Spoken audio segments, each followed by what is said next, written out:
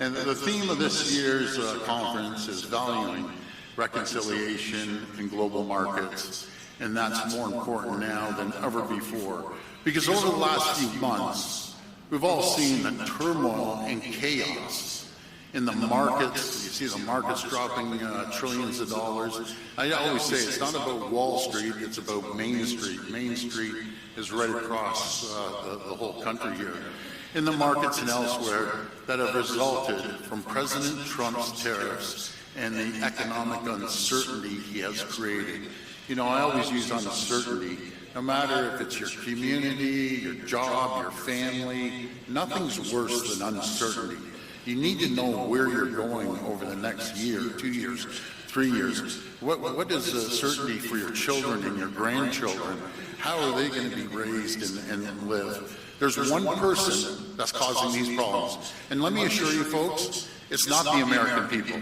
I talk to the Americans every single day. The common folks down there, I spent 20 years of my life in our Chicago facility, New Jersey. These are good people, and they totally disagree with what President Trump is doing.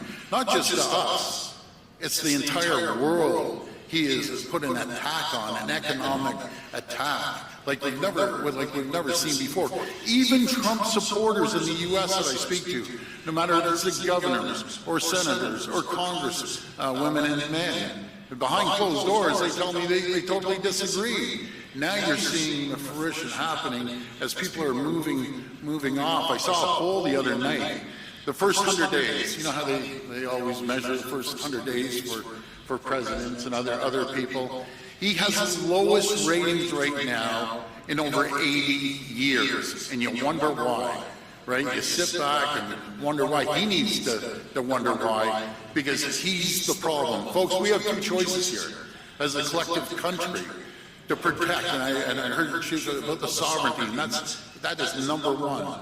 Sovereignty for First Nations, sovereignty for our entire country. We have two choices. We either all band together and support each other, or we sit back and get rolled over by President Trump with a cement mixer.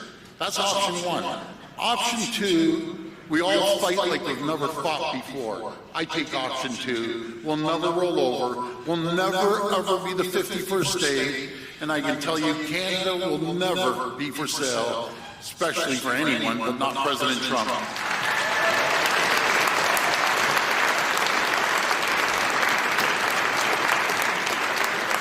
That uncertainty he's created hurts workers and businesses in Ontario, including the First Nations.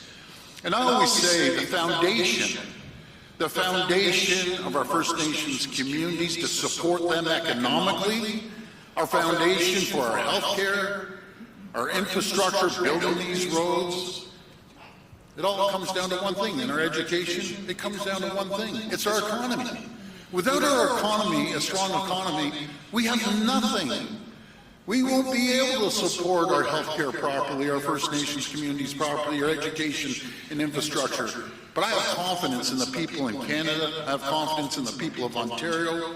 You know, when we all go moving forward together, we are unstoppable.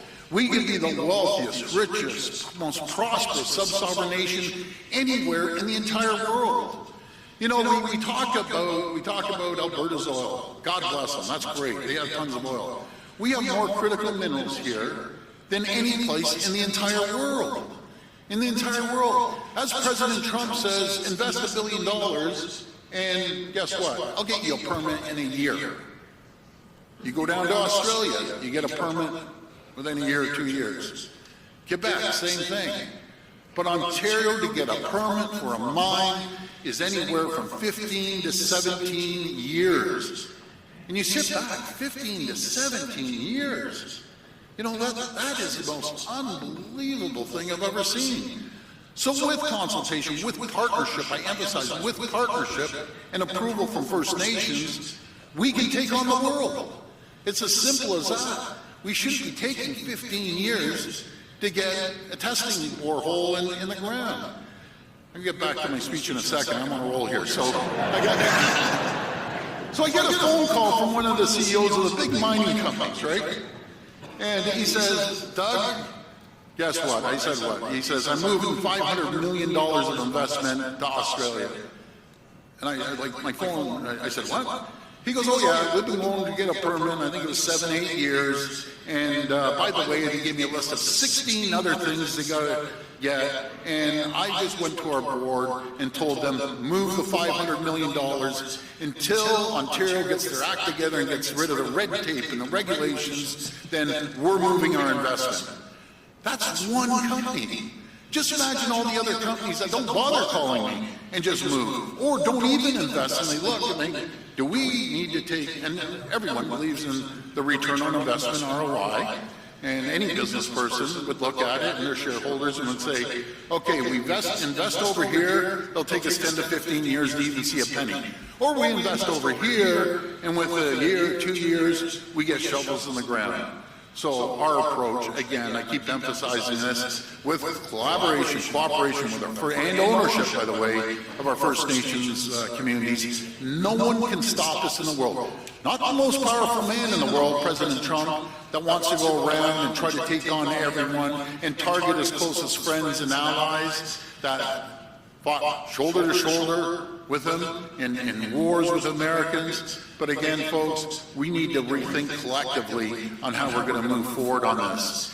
And it's forcing us to rethink how we protect our economy and our province. Because one thing is very clear, we can no longer rely on the United States. Instead, we need to make Ontario more self-reliant and more resilient, because that is the best way to protect our province, protect First Nations communities from President Trump's tariffs and whatever else he has up his sleeve. I think he wakes up every morning, and thinks, you know, what am I going to come out with today? Even his own people that I talk to, they can't figure it out.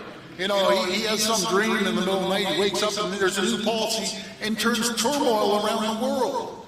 Our government has a plan to unleash Ontario's economy by unlocking our natural resources, investing in our workers and building infrastructure to get people moving, and open up new markets for the products we make right here in Ontario.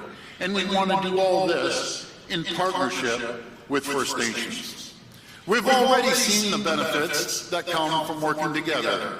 And in Northern Ontario, we celebrated the completion of Watay Power. I think everyone's heard of Watay Power, the largest First Nations-led grid connection project in the history of our province. That's a perfect example.